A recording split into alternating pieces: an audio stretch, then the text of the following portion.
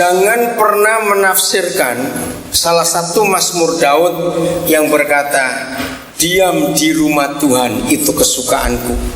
Lebih baik 1 hari di rumah Tuhan daripada 1000 hari di tempat lain. Nah, firman itu jangan diterjemahkan, aduh, aku ini kalau di gereja betah begitu. Ngerti maksudnya? Rumah Tuhan bukan gedung ini. Rumah Tuhan bukan tempat kita kumpul. Tapi rumah Tuhan itu di mana Dia ada. Ketika Yakub dalam pelariannya karena ketakutannya, kecewanya dan semuanya, dia lelah. Di satu tempat dia tidur, masih ingat pakai bantal apa? Batu. Tahu-tahu mimpi surga terbuka, malaikat Tuhan turun naik. Ketika dia terbangun, dia nyebut itu tempat apa? Rumah Tuhan, Bethel. Saudara, memang indah kalau kita bersekutu bersama-sama.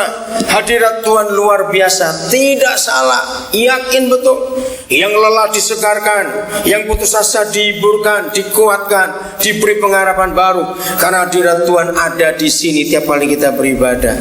Tapi yang kita mau pelajari, dengar ya, waktu kita nanti pulang ke rumah, masih adakah Tuhan itu bersama dengan kita di rumah? Saudara, begitu banyak orang-orang Kristen kalau di gereja semangat, memuji Tuhan luar biasa, hatinya penuh kegembiraan, menyambut Tuhan hebat.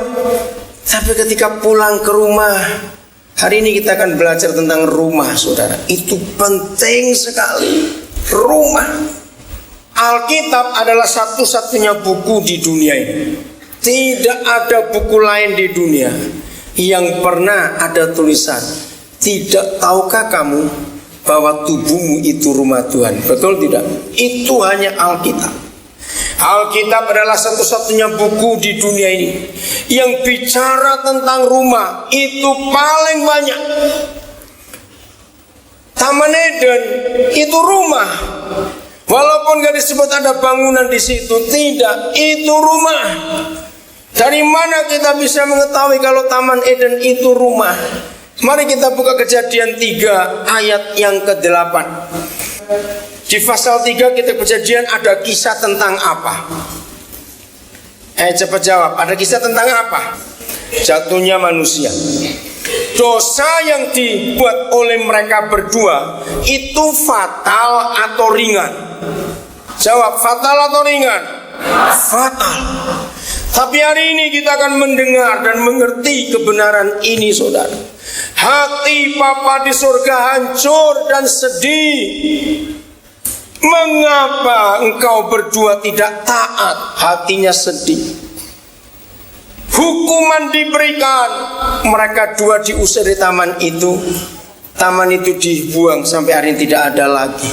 Tapi lihat ketika itu, saudara baca sendiri pelan-pelan ayat 8. Ini setelah mereka jatuh dalam dosa.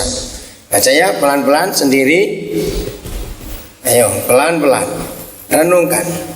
Ketika mereka mendengar bunyi langkah Yahweh Tuhan yang berjalan-jalan dalam taman itu pada waktu hari sejuk, bersembunyilah manusia dan istrinya itu terhadap Yahweh Tuhan di antara pohon-pohonan dalam taman. Kalau kita membaca ayat ini, kelihatan Tuhan marah atau tidak? Marah. Oh, ada yang bilang marah. Mana ada kata marah? Saya tanya lagi, kalau kita membaca ayat ini, dia itu lagi marah atau tidak? Tidak sama sekali. Saudara jawab tadi bahwa dosa yang mereka buat itu fatal, yaitu merusak seluruh rencana Tuhan. Gara-gara itu yang Maha Kudus harus merubah skenario keselamatan yang tadinya bukan itu yang dia maksud. Tapi yang luar biasa, lihat, inilah rumah.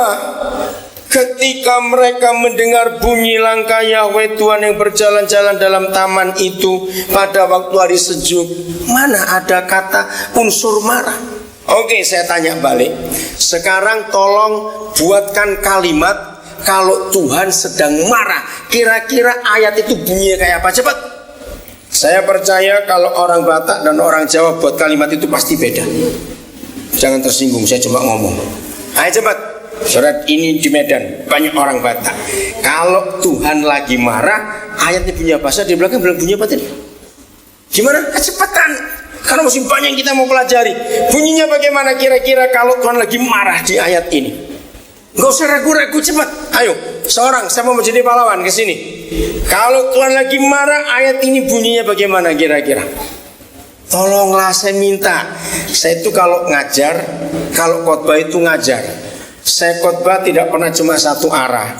Saudara sebagai murid, ayo timbal balik. Ini diskusi. Kalau Tuhan lagi marah, ayat ini bunyinya seperti apa? Ayo yang di menara doa, coba jawab. Jangan diam aja di sana.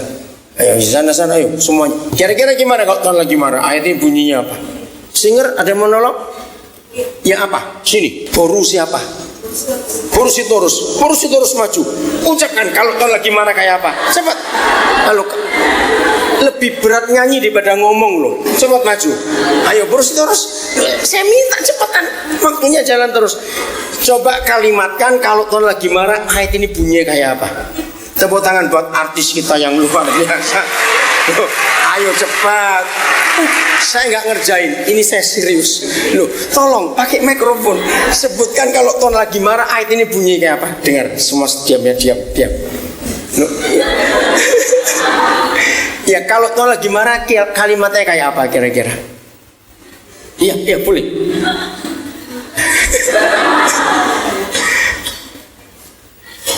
Jangan gaya Jawa. Jangan gaya Jawa, tidak apa-apa. Oke, kalau lagi marah ini ayat bunyinya kayak apa? Cepat. Ayo.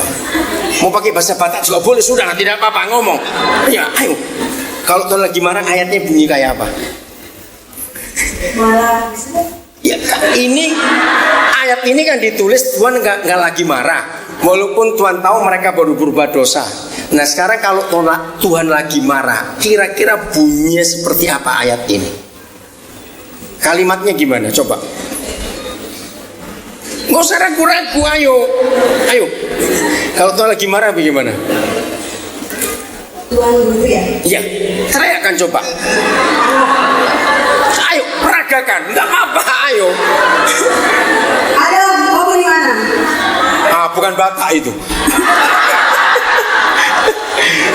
Ya oke, terima kasih, silakan duduk. Tepuk tangan buat Turus luar biasa.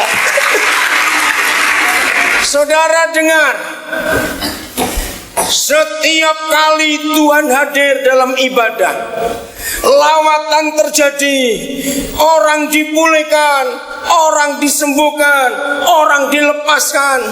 Tapi ketika pulang ke rumah adanya neraka, maka yang sakit lagi, yang sudah sembuh pulang sakit lagi, yang sudah terlepas di gereja pulang terikat lagi, karena di rumah tidak ada surga tapi adanya neraka.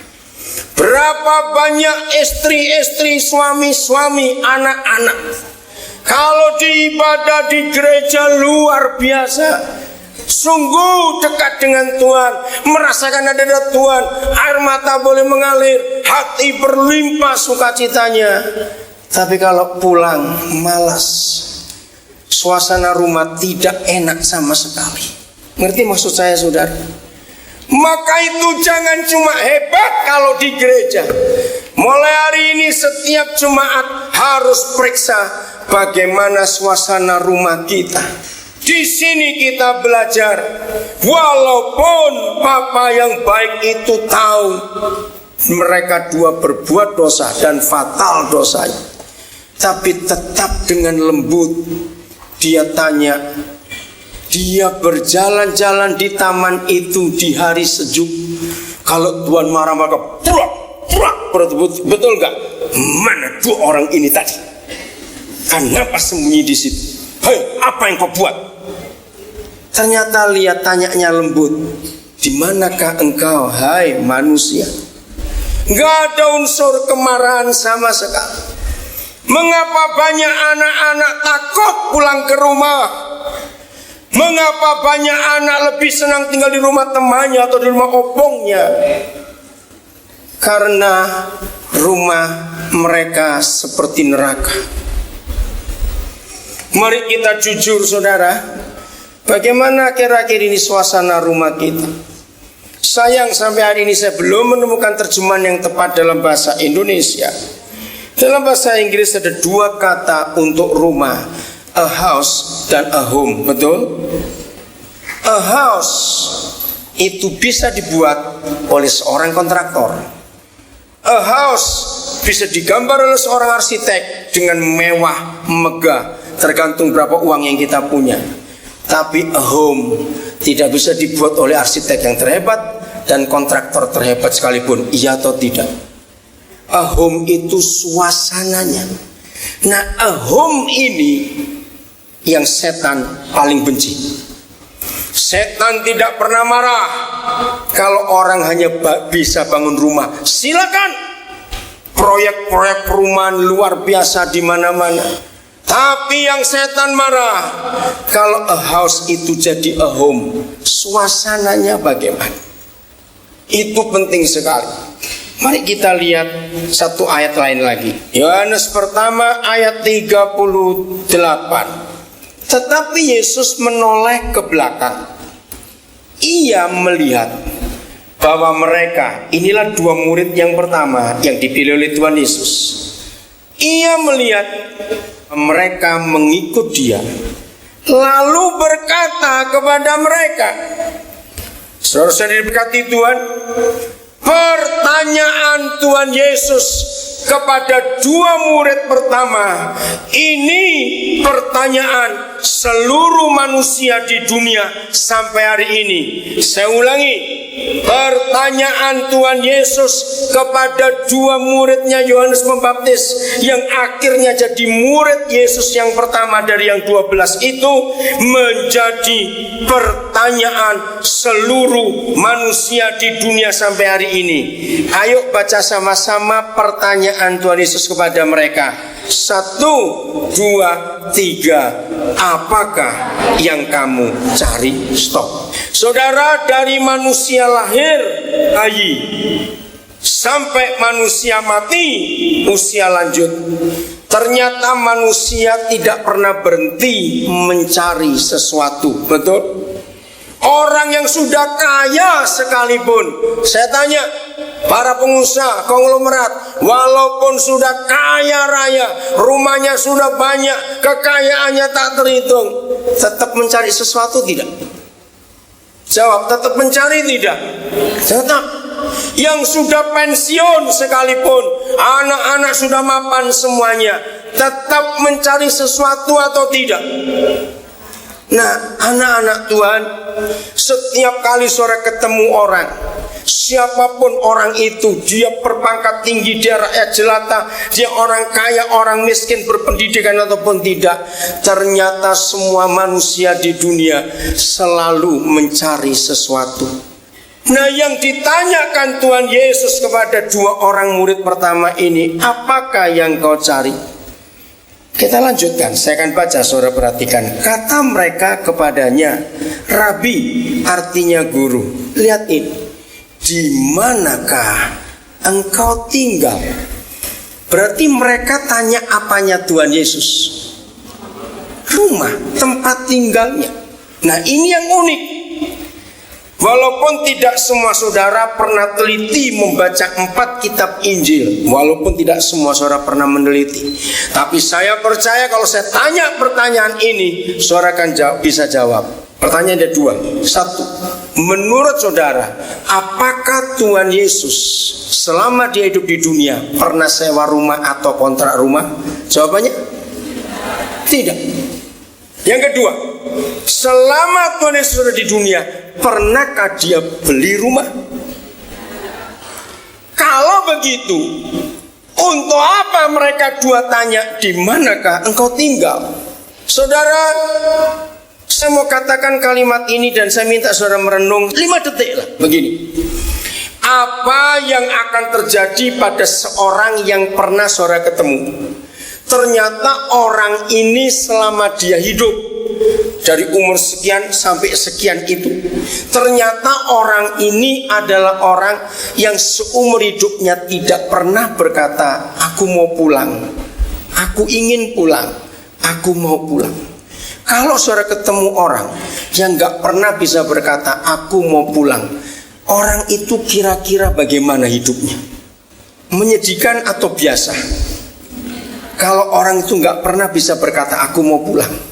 Saya mau kasih tahu saudara, lihat kiri kanan kita kalau kita keluar dari ibadah ini. Ternyata di luar gedung ini ada jutaan orang yang gak pernah bisa berkata, aku mau pulang. Iya atau tidak? Renungkan ini. Berapa banyak orang-orang kaya punya rumah mewah, harganya miliaran rupiah. Ternyata yang menikmati pembantunya, saudara. Iya atau tidak? Mengapa banyak orang kaya lebih senang tinggal di hotel daripada di rumahnya? Mengapa ada suami-suami, walaupun gak banyak tapi ada, kalau mau pulang telepon dulu, tanya pembantunya atau tanya anaknya, mama sudah tidur atau belum? Nah, ini gak ketemu ada suami mau pulang telepon dulu. Saya pertama gak ngerti, loh itu rumahmu atau bukan? Iya. Kenapa harus tanya istrimu sudah tidur atau belum? Ternyata buat banyak suami, sebelum harimau ganas itu tidur, dia takut pulang.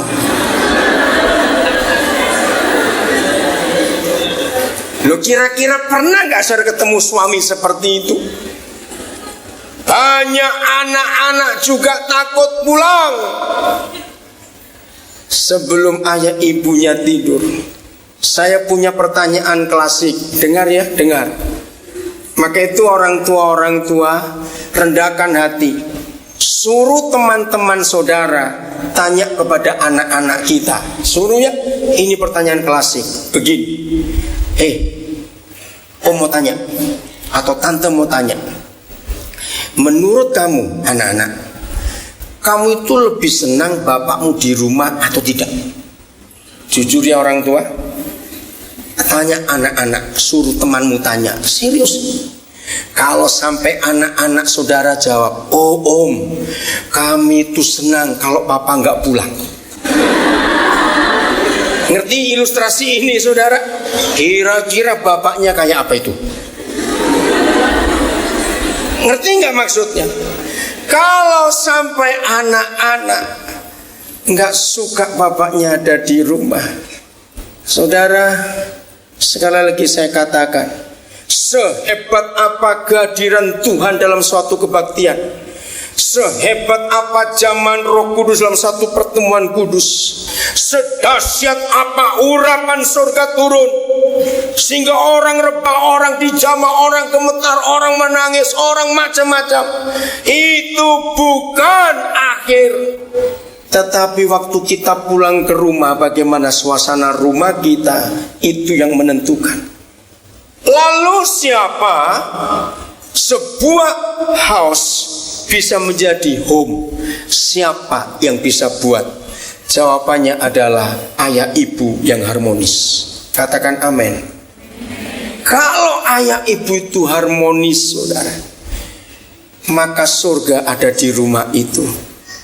100% yang menyebabkan begitu banyaknya anak-anak jalanan di kota-kota besar Indonesia, karena anak-anak itu nggak punya home.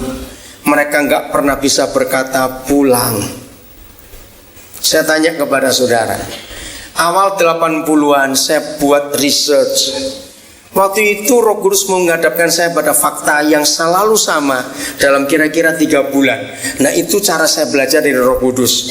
Kalau dalam 3 bulan ada satu peristiwa yang sama terjadi berulang-ulang di tempat yang berbeda, karena saya itu mobile, saya itu gerak terus kemana-mana, maka hal itu akan jadi research saya.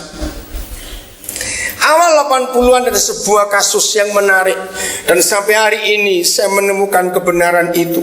Dan kalau saya bicara kepada banyak orang yang bukan Kristen tentang rumah, tentang home, tidak ada orang entah itu Islam, Buddha, Hindu, ateis.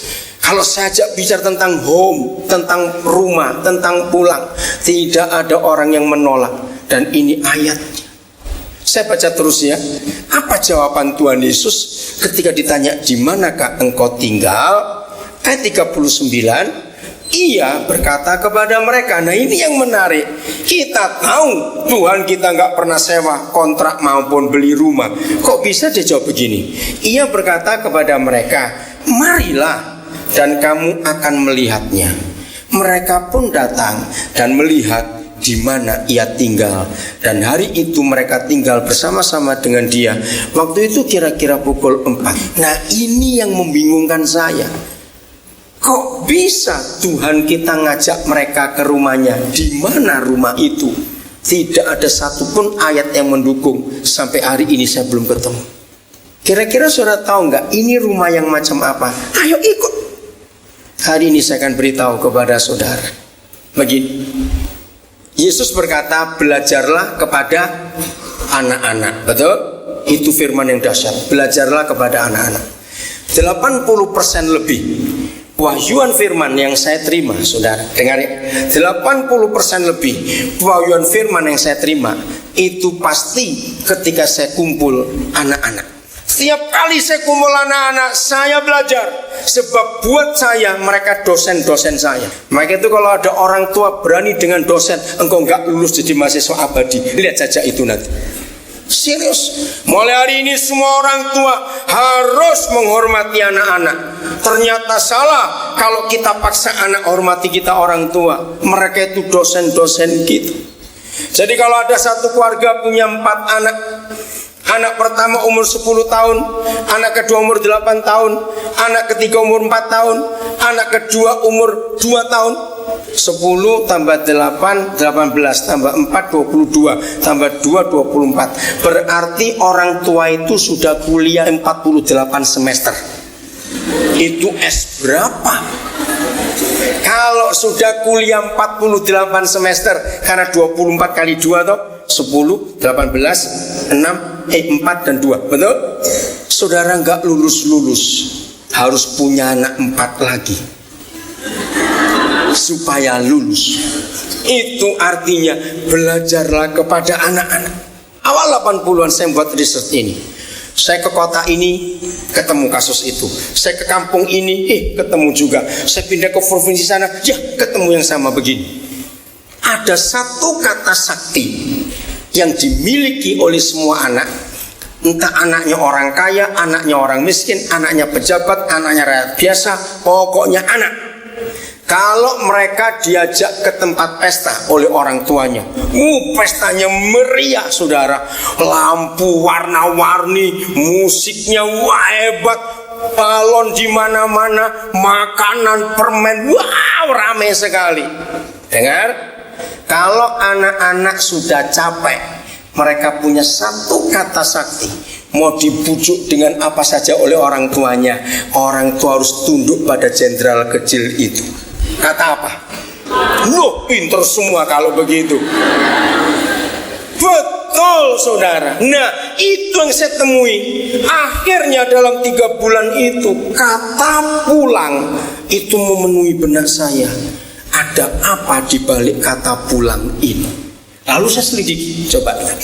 Dibujuk, sebentar lagi nanti ada badut, sebentar lagi nanti ada ini. Enggak, pulang. Ayo, nurut enggak? Nurut. Nah, waktu kita ajak anak-anak itu pulang, seharusnya sampai rumah mereka tidur karena minta pulang. Ternyata tidak. Sampai rumah seger lagi. Lompat sana, lompat sini, tertawa. Mamanya yang marah. Kenapa tadi minta pulang? Padahal mamanya masih seneng pesta itu. Saudara, ternyata di balik kata pulang itu bukan rumah, a house. Walaupun mereka itu tunawisma, rumahnya cuma kardus. Kalau anak itu berkata pulang, berarti mereka di dalam kardus. Loh, betul tidak? Yang cuma atap biasa. Ngerti maksud saya ini, saudara? Kalau begitu pulang itu gedungnya, ya bentuk bangunan besar kecil, mahal murah, atau suasananya? Coba jawab. Suasana.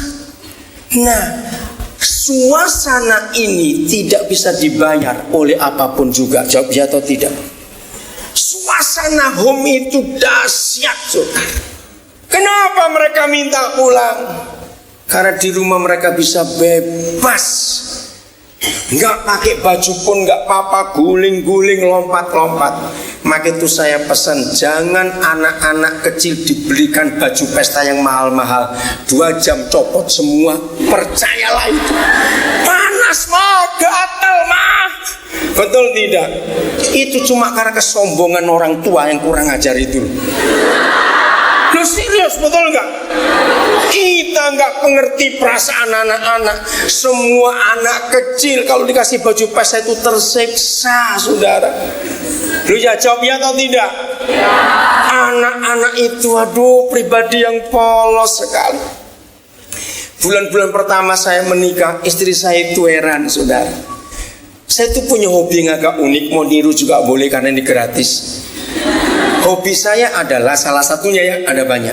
Saya itu paling suka memandangi wajah anak kecil yang sedang tidur. Saya nggak tahu kenapa sampai hari ini. Kira-kira ngerti nggak maksud saya? Saudara pernah nggak lihat wajah bayi tidur, anak kecil tidur? Saudara, apa yang saudara bayangkan kalau lihat wajah mereka tidur? Apa? Tenang, damai. Maka itu kalau ada orang stres, jangan ke psikolog, bayarnya mahal.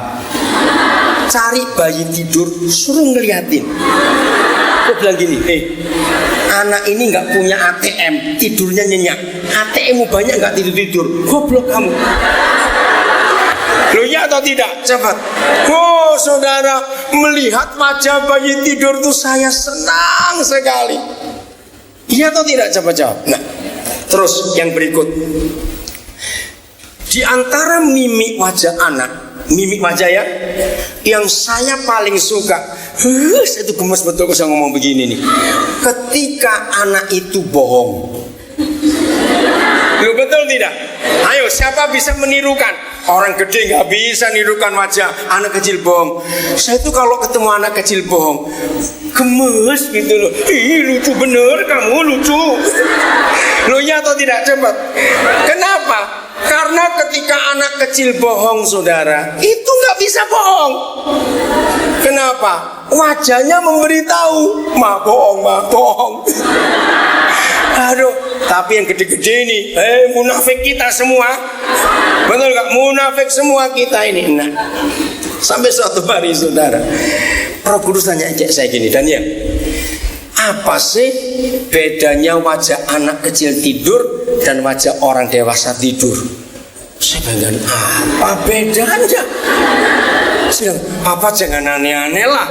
Kenapa saya ditanya? Saudara, saya dengan Papa di Surga saya itu akrab sekali.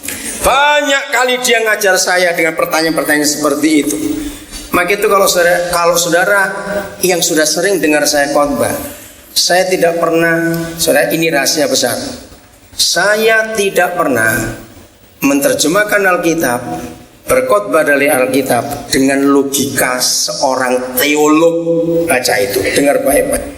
Alkitab disulit ketika kita membaca dengan logika seorang teolog. Dalam nama Yesus, mulai hari ini belajarlah Alkitab dengan logika anak-anak. Saudara akan ketemu rahasianya, dan itu genuine, betul, asli firman itu. Katakan amin. Mengapa saya bisa menerangkan Alkitab dengan gaya ini? Karena logika anak-anak itu logika yang polos. Nah, ketika Tuhan tanya saya, apa bedanya Daniel wajah anak kecil tidur dan wajah orang dewasa tidur? Siapa bisa jawab? Saya kasih 1 juta. Tapi cari sendiri, jangan minta saya cuma bilang kasih kok. Apa bedanya? Jawabannya begini, saya pun nggak tahu. Roh Kudus jawab. Di wajah anak kecil tidur tidak ada gambar duit, tapi di wajah orang dewasa tidur duit semua. jawab iya atau tidak? Nah, bertobat mata duitan itu namanya. Saudara, maka itu cari anak kecil lagi tidur, saudara kan rasa teduh juga, nyaman, tenang. Aduh, wajah anak kecil tidur itu kan jadi pengen tidur. Enggak juga. Betul? Itu bedanya. Jadi ketika anak-anak berkata pulang ma, pulang, saya mendapat sebuah hasil yang saya kagum. Mari jujur, rumah saudara just a house atau a home? Jangan jawab dari mulut, dalam hati. Saya beri contoh lain lagi begini. Siapa pernah, maka itu kebiasaan saya ini kalau masuk kemana saja saya lihat suasana dulu. Kenapa kalau kita masuk ke rumah orang, ini sambil ekstrimnya ya, jadi supaya cepat. Saudara pernah masuk ke rumah orang sederhana, kalau saya nggak berkata miskin, lantainya pun dari semen, bukan keramik. Semennya pun sudah bocel-bocel. Kursi tamu, semua tirai kordenya itu sudah lama, model lama semuanya, nggak ada yang baru. Perabot-perabotan TV semuanya yang model lama semuanya. Tapi ketika saudara masuk ke rumah itu, saudara lihat ke atas ke sana, suasananya nyaman betul, enak sekali. Ya, tapi suatu saat ini ekstrimnya ya, saudara masuk ke rumah mewah, dari jauh kelihatan pilarnya tinggi-tinggi. Itu lihat lantainya kalau lalat nempel jatuh terpleset licin. Mewah betul. Tapi begitu saudara masuk, perabotannya mahal-mahal pasti. Kok nggak enak? Nggak rasa begitu. Saya tanya iya atau tidak. Nah, suatu kali saya cari rahasianya. Papa, apa sih bedanya? Sampai suatu hari saya ketemu satu ayat. Mari saya tunjukkan. Ulangan 32. Ayat yang pertama dan kedua. Ini saya kagum sekali. Maka itu ayah ibu, rumah kita isi apa, itu sangat ditentukan oleh kita berdua suami istri. Ulangan 32 ayat 1 dan 2. Pasanglah telingamu. Siapa? Nah, itu yang saya bingung. Apa Musa nggak salah? Masa langit punya kuping? Pasanglah telingamu hai langit. Malah lebih hebat lagi, aku mau berbicara. Masa langit bisa dengar? Dan baiklah siapa lagi? Bumi. Suruh apa? Mendengarkan apanya Musa? Ucapan mulutku. 2. Mudah-mudahan pengajaranku menitik laksana hujan, perkataanku menetes laksana embun, laksana hujan renai ke atas tunas muda, dan laksana dirus hujan ke atas tumbuh-tumbuhan. Waktu kita baca ayat 2 ini, saudara membayangkan suasana yang apa? Hujan baru berhenti. Bisa bayangkan ya? Suasana enak bukan kalau hujan baru berhenti. Nah, saya percepat. Saudara, ternyata ketika Yahweh menyuruh Musa mengucapkan firman kepada langit dan bumi, ternyata benda-benda mati itu bisa merekam dan mendengar suara yang kita ucapkan. Dan ini rahasianya. Dinding-dinding rumah kita, semua tirai penutup jendela, penutup pintu kaca di rumah kita, semua lantai dan dinding rumah kita itu seperti yang Musa katakan, mereka mendengar apa yang kita ucapkan. Kalau rumah tangga saudara isinya maki, bentak, marah, tanpa ada hari tanpa kemarahan, maka dinding-dinding rumah kita, perabot-perabot kita itu menyerap semua kemarahan itu.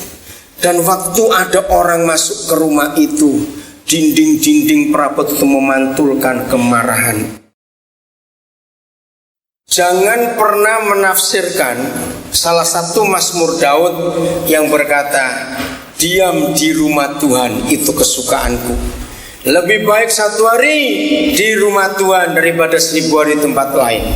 Nah, firman itu jangan diterjemahkan, aduh, aku ini kalau di gereja betah begitu. Ngerti maksudnya? Rumah Tuhan bukan gedung ini. Rumah Tuhan bukan tempat kita kumpul, tapi rumah Tuhan itu di mana Dia ada. Ketika Yakub dalam pelariannya karena ketakutannya, kecewanya dan semuanya, dia lelah. Di satu tempat dia tidur, masih ingat pakai bantal apa? Batu. Tahu-tahu mimpi surga terbuka, malaikat Tuhan turun naik. Ketika dia terbangun, dia nyebut itu tempat apa? Rumah Tuhan, Bethel.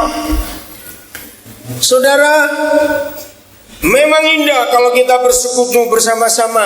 Hadirat Tuhan luar biasa, tidak salah, yakin betul. Yang lelah disegarkan, yang putus asa dihiburkan, dikuatkan, diberi pengharapan baru. Karena hadirat Tuhan ada di sini tiap kali kita beribadah. Tapi yang kita mau pelajari, dengar ya, waktu kita nanti pulang ke rumah, masih adakah Tuhan itu bersama dengan kita di rumah? Saudara, begitu banyak orang-orang Kristen kalau di gereja semangat memuji Tuhan luar biasa, hatinya penuh kegembiraan, menyambut Tuhan hebat. Tapi ketika pulang ke rumah, hari ini kita akan belajar tentang rumah, saudara. Itu penting sekali. Rumah. Alkitab adalah satu-satunya buku di dunia ini. Tidak ada buku lain di dunia yang pernah ada tulisan, tidak tahukah kamu bahwa tubuhmu itu rumah Tuhan? Betul tidak? Itu hanya Alkitab. Alkitab adalah satu-satunya buku di dunia ini yang bicara tentang rumah. Itu paling banyak.